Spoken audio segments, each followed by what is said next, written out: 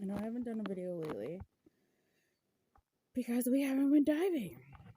Um, I wanted to go last night, but we have a backseat full of clothes because I went through all of my clothes again, even my sweatshirts.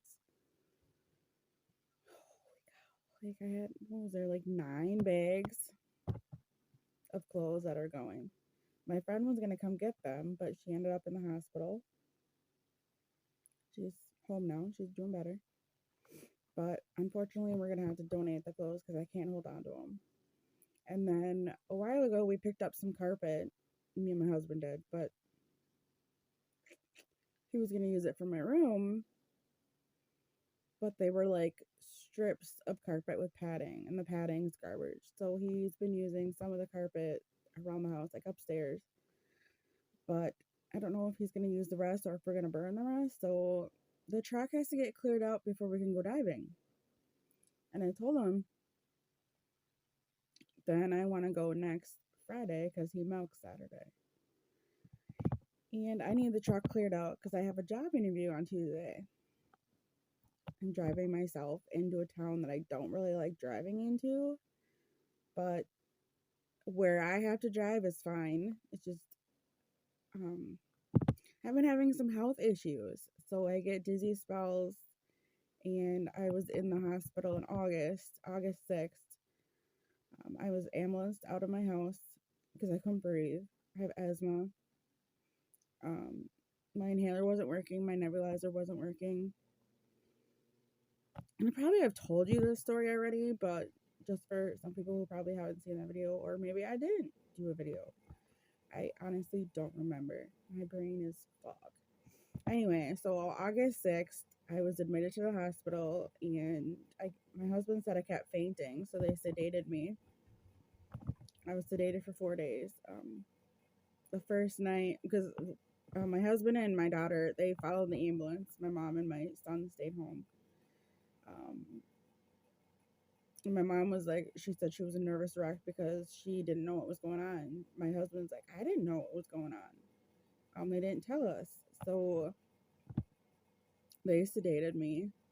And then my husband got a phone call that night saying they were putting a tube down my throat to help me breathe. So I was pretty much on a ventilator, helping me breathe. So they had me on there for 4 days, and they didn't give up on me. They were trying everything they could think of, every medicine they could think of. Nothing was working. They were calling other doctors and getting advice. My husband was like to the point where he's like, I was just waiting for that phone call where there was nothing else they can do. But they didn't give up. They kept going. The fourth or fifth day, they woke me up. I was in the ICU. I don't remember waking up. I don't remember getting out of the ambulance. I don't remember getting in the ambulance. I remember being in the ambulance and them asking, does your family drive this car? And I said, yeah, and they're like right behind me. But yeah, I don't remember waking up. So then 2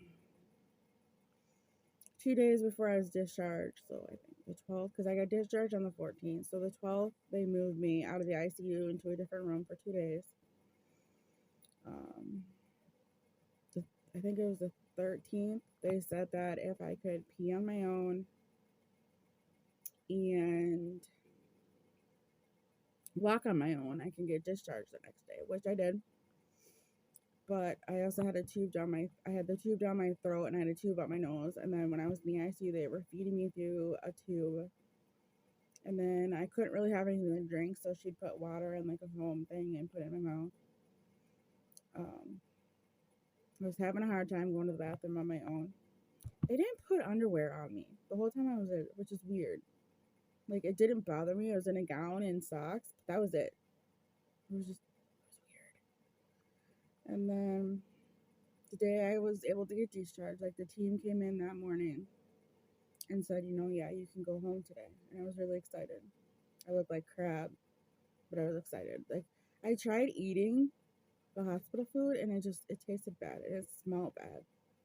Like, because of the tube down my throat. Like, everything just tasted bad. I ate ice cream, like the orange sherbet, and then I want to say yogurt. There was something else. And then I was able to have water and juice. Um, they had a nicotine patch on me, which was, I wasn't craving any cigarettes either. And then I went 3.5 months without cigarettes, and then I relapsed. So now I'm just going through a lot right now. Since I got out of the hospital, I fainted 4 times. 2 times was because I choked on food and then I fainted. One time was because I choked on Mountain Dew and I fainted. And then the other time I was outside sitting in a chair because we were going through stuff in the shed. My husband would bring me stuff and I'd go through it and I got dizzy and then I fainted.